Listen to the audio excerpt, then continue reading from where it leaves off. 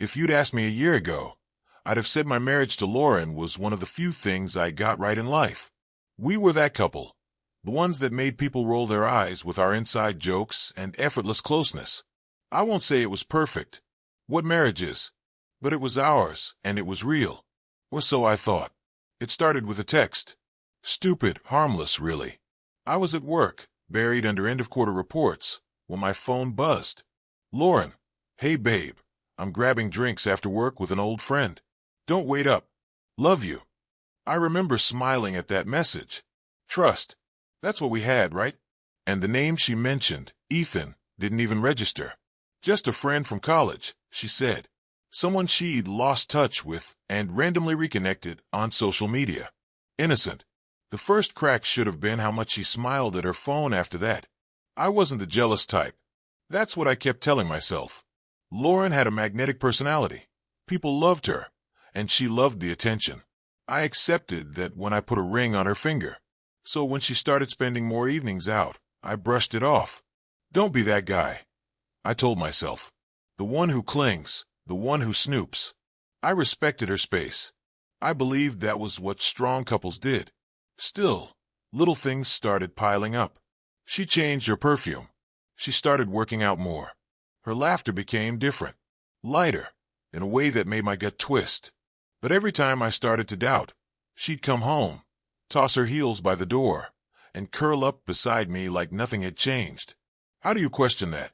Then came the business trip.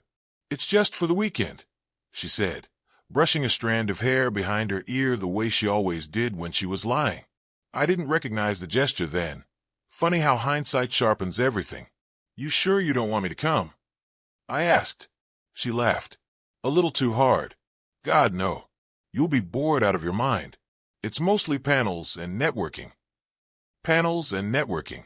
Instead, I stayed home, watching mindless television and pretending not to feel the silence bleeding into our house. Sunday evening, she returned, the smell of hotel soap clinging to her skin. And Ethan's name came up again, just briefly. Some story about running into him at a coffee shop near the convention center. What a coincidence, she said, shrugging, laughing like it was nothing. A coincidence. Weeks passed. The distance between us grew in visible roots. We still went through the motions, dinners, parties, the occasional lazy Sunday. But something was wrong. I felt it in the way she pulled away from my touch, and how she always had somewhere to be, someone to meet. One night, half drunk on scotch and my own paranoia, I scrolled through her Facebook page. Nothing suspicious, just the curated perfection we all pretend to live. Then, deep in her photos tag section, I saw a picture. It was innocuous at first glance, Lauren and a group of people at a bar. But there, just behind her shoulder, was Ethan. Close. Too close. His hand rested lightly on the small of her back. Maybe it was nothing.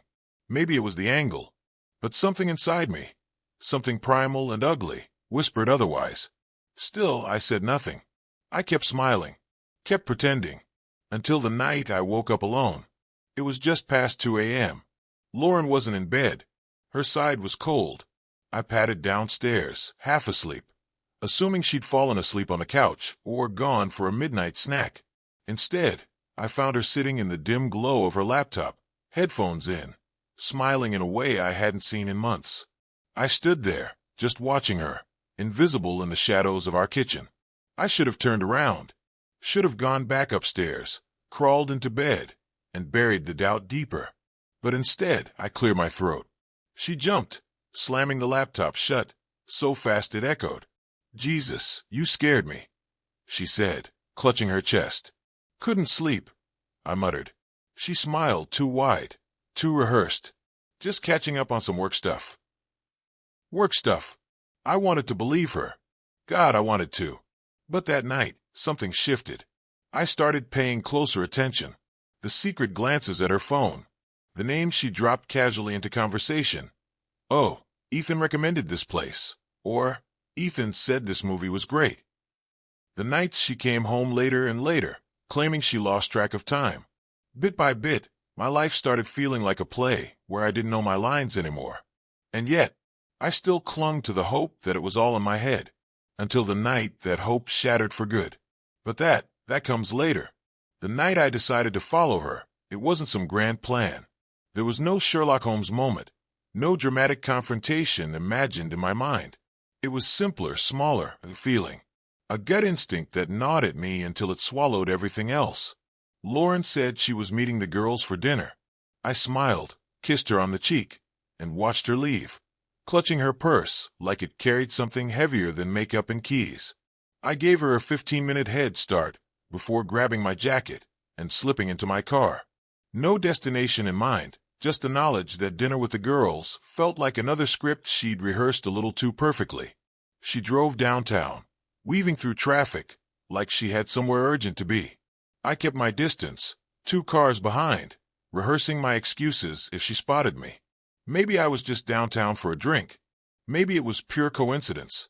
But when she pulled into a dimly lit side street and killed the engine outside a boutique hotel, my stomach twisted into a knot. Not a restaurant, not a bar, a hotel. I parked a block away and watched from the shadows, heart hammering against my ribs like a trapped animal. Lauren sat in the car for a minute, checking her phone, smiling at something on the screen.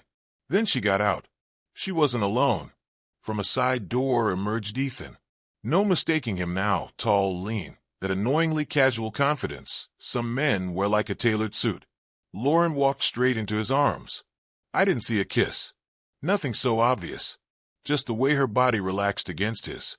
The way his hand brushed her hair back like he had every right in the world. I couldn't move. Couldn't breathe. They disappeared inside the hotel, swallowed by the revolving glass door. I sat there for an hour, maybe 2. Long enough to see the city's pulse slow to a lazy throb. Long enough for my mind to race through every possibility. Innocent explanations, wild accusations, desperate rationalizations. Maybe it was business. Maybe he was helping her plan a surprise for me. Maybe I'm a goddamn idiot. I drove home in silence, gripping the steering wheel until my knuckles ached. Lauren returned close to midnight, smelling faintly of hotel soap and guilt. "How was dinner?" I asked from the couch, my voice steady, too steady. She jumped, startled, then recovered with a tight smile. "Good. Just the girls catching up. You know." I nodded, filing her lie away with the others. Over the next week, I became a ghost in my own home. I moved through the motions, work, errands, pretending to sleep, all while watching, listening, collecting. I needed more than gut feelings. I needed proof. So I started digging. Emails, bank statements, credit card receipts. Lauren had become sloppier than I expected. Charges at the hotel bar. Receipts from restaurants nowhere near the office. Even a bouquet of flowers delivered to room 512 under her maiden name. Piece by piece, the illusion crumbled. But it wasn't enough. I needed to see it. I needed the kind of proof that leaves no room for denial. So I planned. I waited for another girl's night. Another text with a casual excuse. Then I followed her again, camera in hand this time. I tracked her to the same hotel. Watched her disappear inside. Waited until my nerves felt like live wires. Until I thought I might explode from the pressure of holding it all in. And finally, when I couldn't stand it any longer, I slipped into the lobby and asked for a room. "We're pretty full tonight," the clerk said, scanning his computer. "But we do have a suite available on the 5th floor. The 5th floor. Room 512. My heart slammed against my chest. I nodded, sliding my credit card across the counter with a hand that barely trembled. "Perfect," I said, smiling like a man who hadn't just realized his entire life was a lie. The elevator ride stretched out forever, each floor ticking by with the speed of a funeral march. When the doors finally opened, I stepped into the hallway, carpet muffling my footsteps. Room 512 was at the far end. I moved quietly, carefully, until I was standing outside their door. And that's when I heard it. Not laughter, not moans. Voices. Urgent, hushed. I pressed my ear against the door. "Have to tell him," Lauren was saying. "Not yet," Ethan replied. "He's not ready." "I can't keep lying, Ethan. It's eating me alive." "Just a little longer," he soothed. "We have to do it the right way." My mind raced. "Tell me what?" Do it the right way how? For a moment, hope flared. Maybe it wasn't what I thought. Maybe they were planning something. A surprise, an intervention. Then Lauren said the words that shattered whatever was left of my hope. I love him, but not the way I love you. I stumbled back from the door like I'd been shot. Love. Not a fling. Not a mistake. Love. The world tilted on its axis. I fumbled my phone from my pocket, fingers shaking, and snapped a photo of the door. Proof. Proof that she was here. Proof that this wasn't paranoia. And then I turned and walked away, the carpet swallowing my footsteps, my heart, my future. But this story isn't over. Not even close. Because what I found out next made the betrayal look like child's play. And it all started with a single, innocuous, overlooked clue. When you think you know someone, it's not the big lies that blindside you. It's the tiny, stupid details that whisper, "You missed everything." I found the clue 2 days later. It wasn't a lipstick on a collar or a love note tucked into a briefcase. It was a calendar notification on Lauren's iPad, forgotten and still synced to our home network. Meeting Ethan, it read. Tuesday, 4:30 p.m. Location, Glenridge Medical Center. Medical Center. The hell was she doing meeting him there? At first, I thought maybe it was a cover, like they were hiding at a hospital cafeteria, thinking no one would question it. Paranoia gnawed at me, but something about it didn't fit. Ethan wasn't a doctor. Lauren had no medical issues, no relatives sick that I knew of. Curiosity shoved anger aside. That Tuesday, I left work early and drove to Glenridge, heart pounding the whole way. It was a sprawling building, white stone and glass, buzzing with the quiet hum of sickness and survival. I didn't see Lauren's car at first. My gut twisted. Maybe I'd misunderstood. Maybe this was just another rabbit hole, another exercise in humiliation. But then, there she was, stepping out of a black rideshare, smoothing her skirt, her face set in that same nervous determination I'd seen at our wedding. I ducked low behind a line of parked cars, my heart in my throat. She wasn't alone. Ethan met her at the entrance, a quick, furtive hug passing between them like a secret. They disappeared inside. I waited 10 minutes, maybe 15, before slipping into the building after them. The lobby was a cold, clinical expanse. Directories lined the walls. Oncology, cardiology, maternity. The elevator dinged softly. I caught the door, just in time to see the floor number light up, 3. Third floor. Maternity. I almost laughed. The kind of broken laugh that leaves you gasping. A child. Were they planning a life together already? Was she pregnant? I swallowed the bile rising in my throat and pressed the button for the 3rd floor. The door slid open to reveal a bright corridor decorated with pastel murals of smiling animals and blossoming trees. The air smelled like antiseptic and hope. I scanned the hallways, searching for Lauren and Ethan. And then I saw them. Not in a waiting room. Not at a doctor's office. They stood at a glass window, looking into the newborn nursery. Lauren's hand rested lightly on the glass. Ethan stood close behind her, his hand hovering near her waist like he wanted to touch her, but knew better. Inside the nursery, a nurse cradled a tiny bundle in pink blankets, adjusting the ID tag on the bassinet. I edged closer, pretending to study a quiet please sign. The nurse wheeled the bassinet toward the glass. Lauren pressed her hand harder against it, tears streaming down her face. I caught the name on the tag. Baby girl. Last name Grayson. Grayson. My last name. I staggered back, blinking. Lauren wasn't just visiting. She wasn't just comforting a friend. This was our child. A daughter I didn't know existed. A daughter she'd hidden from me. The world reeled sideways. Memories smashed together. Lauren's sudden business trips. The way she'd flinched when I mentioned starting a family. Her restless, haunted nights. And Ethan, always there, always conveniently involved. It wasn't just infidelity. It was betrayal on a scale I couldn't comprehend. I stumbled into an empty stairwell, gasping for air, gripping the railing until my fingers hurt. A daughter. Ours. Or theirs. I didn't have answers. Not yet. But I was going to get them. Even if it destroyed me. The stairwell was silent except for the rasp of my breathing and the occasional clatter of distant footsteps echoing through the hospital walls. I sat on the bottom step, head in my hands, trying to force my brain to catch up with my heart, which was still racing like a cornered animal. A daughter. How long had she known? How long had she been hiding it? Worse, was she even mine? I stayed there for what felt like an eternity, mind running in tight, claustrophobic circles, until the overhead lights dimmed slightly, the hospital's way of signaling the end of visiting hours. I knew Lauren and Ethan would be leaving soon. I had to move. Pushing myself up on shaky legs, I crept back through the hospital corridors, sticking to shadows and side exits. I didn't know what I was doing yet, but instinct said not to confront them now. Not without more. Not without everything. Outside, the evening air was sharp and cold. I ducked behind a landscaping truck as Lauren and Ethan emerged from the hospital's sliding glass doors.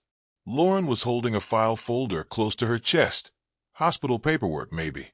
Ethan hovered near her, a protective hand on her back as they walked to the curb. Another rideshare pulled up. Lauren slid into the back seat without a glance around, but Ethan hesitated, just for a second, scanning the shadows. For a terrifying moment, I thought he'd spotted me. But then he climbed in after her, and the car pulled away, disappearing into the darkening streets. I followed in my own car at a distance, keeping my headlights dim. They drove to a quiet residential neighborhood on the east side, the kind of place with cozy little bungalows and picket fences. The rideshare stopped in front of a house, with a wide porch and a light burning in the window.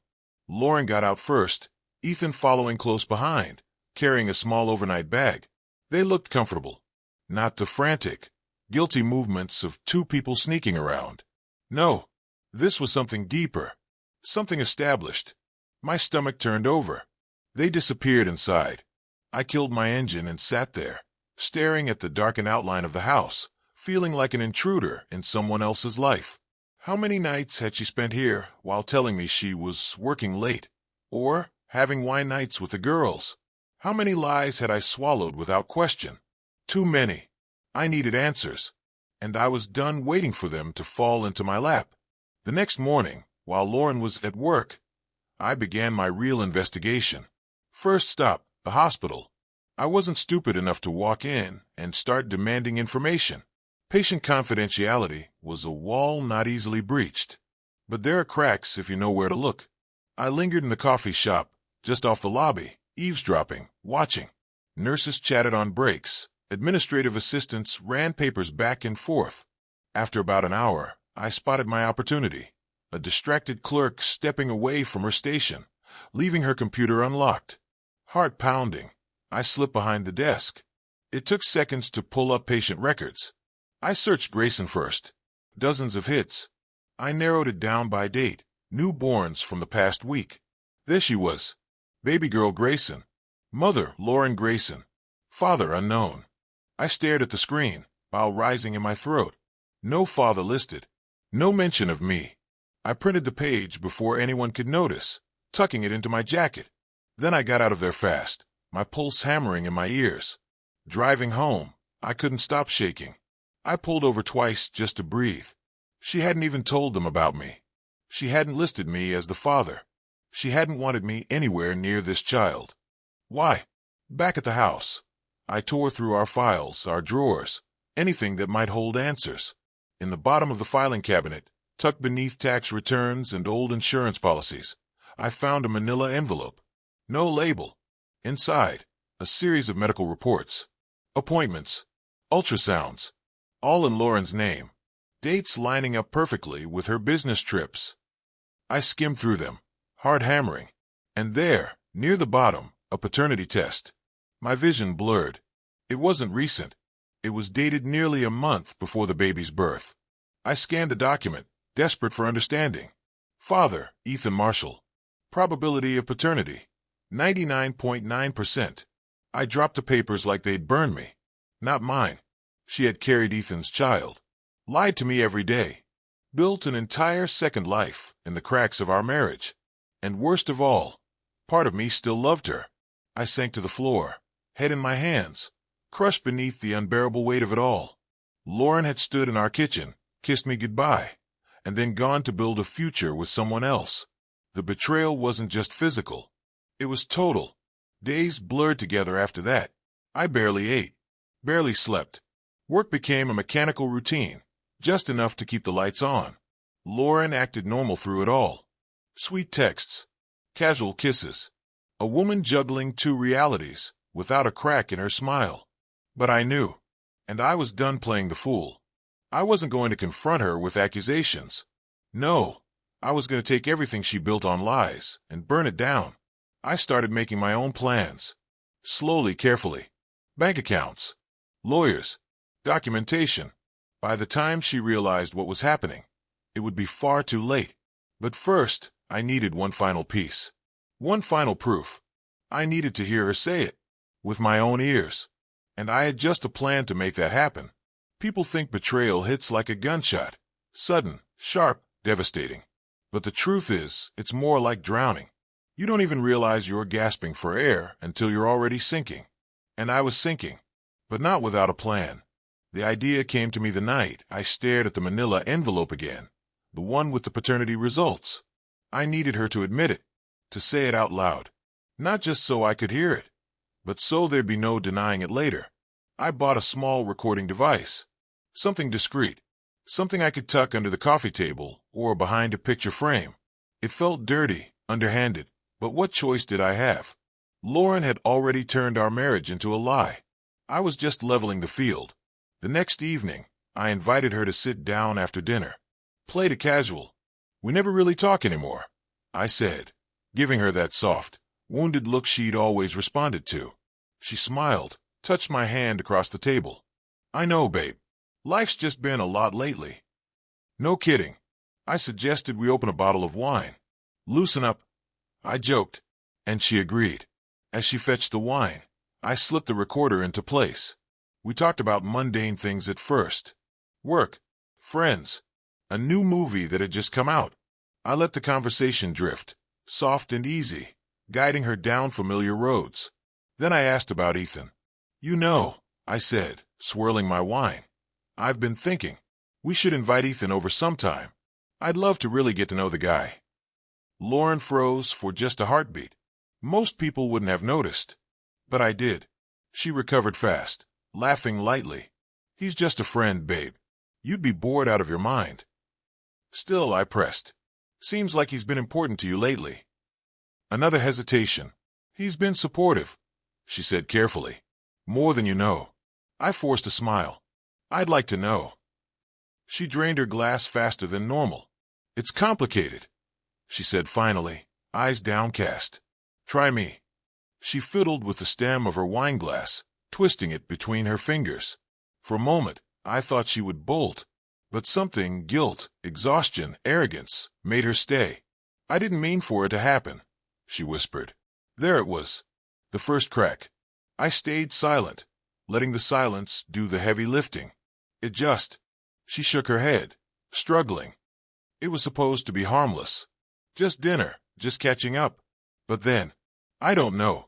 He understood me in a way you didn't anymore. A knife twisted in my gut, but I nodded, encouraging her to continue.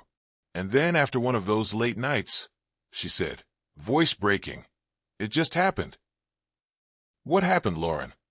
She stared into her glass, like it held the answer. We slept together. There it was. I should have felt triumphant, having the confession recorded. Instead, I felt hollow, as if hearing it aloud robbed it of all fantasy, all hope. How long? I asked quietly. Tears welled up in her eyes. Months. Is that why you stayed out so late? The business trips? She nodded. And the baby? I said, voice shaking despite myself. She crumbled then, put her face in her hands and sobbed, her shoulders shaking violently. I didn't know how to tell you, she cried. At first, I thought, maybe it was yours. But then the test. I sat perfectly still, feeling my world implode one measured heartbeat at a time. You plan to leave me? I asked. She shook her head frantically. No, I swear. I was going to tell you. I didn't know how. And then it all got so tangled up. I watched her, this woman I thought I knew, reduced to a trembling mess of apologies and half-truths. And something inside me hardened. She made her choice. Now it was time for me to make mine. I played the recording back later that night, listening to her confession through tinny headphones while she slept upstairs. It was perfect. Raw. Unmistakable. Exactly what my lawyer would need. I spent the next week setting everything up, quietly transferring money into a separate account, making copies of the paternity results, gathering every receipt, every scrap of evidence that would expose the scope of her betrayal. And I filed for divorce. Not just divorce. Full financial separation. Claiming marital fraud. Emotional distress. My lawyer was brutal. Exactly what I needed. When Lauren was served at work, she called me in a panic, her voice high and cracking. "What is this?" she shrieked over the phone. I simply said, "You made your choices, Lauren. Now I'm making mine." And I hung up. That night, I packed her things into boxes and left them on the front porch, changed the locks, canceled her credit cards. I wasn't petty. I was efficient. When she showed up sobbing on the doorstep, I watched through the peephole as she pounded on the door, begging me to listen. I didn't open it. Not once. Because for the first time in months, maybe in years, I understood something vital. She wasn't my wife anymore. She was just a stranger wearing the face of someone I used to love. Lauren didn't stop trying. She texted. She called. She even wrote a letter, a real, handwritten letter, begging me to meet, to talk it out, to find a way back. There was no way back. Some bridges don't just burn, they detonate, leaving nothing but craters where trust used to be. I spent the next month finalizing the divorce. Every document, every meeting with my lawyer, stripped away another layer of whatever fantasy I'd clung to about our life together. Lauren fought at first, trying to contest the terms, but the evidence, the recordings, the paternity tests, the receipts, crushed any hope she had. Ethan. Oh, he tried to play hero. I found out later he even offered to help Lauren fight the divorce. Make it fair, he said, like he had any standing after wrecking a marriage and fathering a child out of deceit. Let him have her. He wasn't getting anything from me. The settlement was brutal. Lauren lost the house, her access to the joint accounts, even the car she'd driven to her clandestine meetings. I made sure every lie cost her something tangible. And yet, despite everything, I didn't feel victorious. I felt free. The final hearing was quiet, almost anticlimactic. Lauren sat 2 tables away, thin and tired, her eyes red but defiant. I didn't look at her. I didn't need to. When the judge banged the gavel, it felt like someone had finally lifted 1,000 pounds off my chest. It was over. Freedom didn't come with fireworks. It came with silence. The first night alone in the house was the hardest. The quiet wasn't comforting, it was oppressive. No clattering of heels down the hallway. No soft humming from the kitchen. No fake apologies whispered in the dark. Just me. And the truth. And for once, that was enough. I started rebuilding from the ground up. New furniture, new locks, new routines. I got a dog, a big, goofy Labrador who thought the couch was his kingdom and snored like a freight train. His name was Samson. Fitting. Samson and I fell into rhythm. Walks in the morning, work during the day. Long, lazy evenings, where the only loyalty I needed was the soft thump of his tail against the floor whenever I looked his way. Friends came back, too. The ones who'd quietly disappeared during the collapse, not knowing how to navigate the wreckage. I forgave them. Hell, I barely knew how to navigate it myself. Lauren tried to reach out a few times. Birthday messages. Holidays. Thin, fragile attempts to worm her way back into relevance. I never answered. Not out of anger. Not out of spite. Out of peace. Because sometimes the most powerful thing you can say to someone who hurt you is nothing at all. Months later, I heard through mutual friends that Lauren and Ethan didn't make it. Apparently real life, with bills, a crying baby, and no one left to blame, wasn't as romantic as their late-night fantasies had promised. Good. Let them sit in the ashes they made together. As for me, I wasn't bitter. I wasn't broken. I was something far better. I was whole. Because at the end of it all, I realized something. Love isn't about clinging to someone who doesn't choose you. It's about choosing yourself, even when it hurts, especially when it hurts, and walking away. Not because you want to hurt them back, but because you finally remember who the hell you are, and you're never letting anyone make you forget again.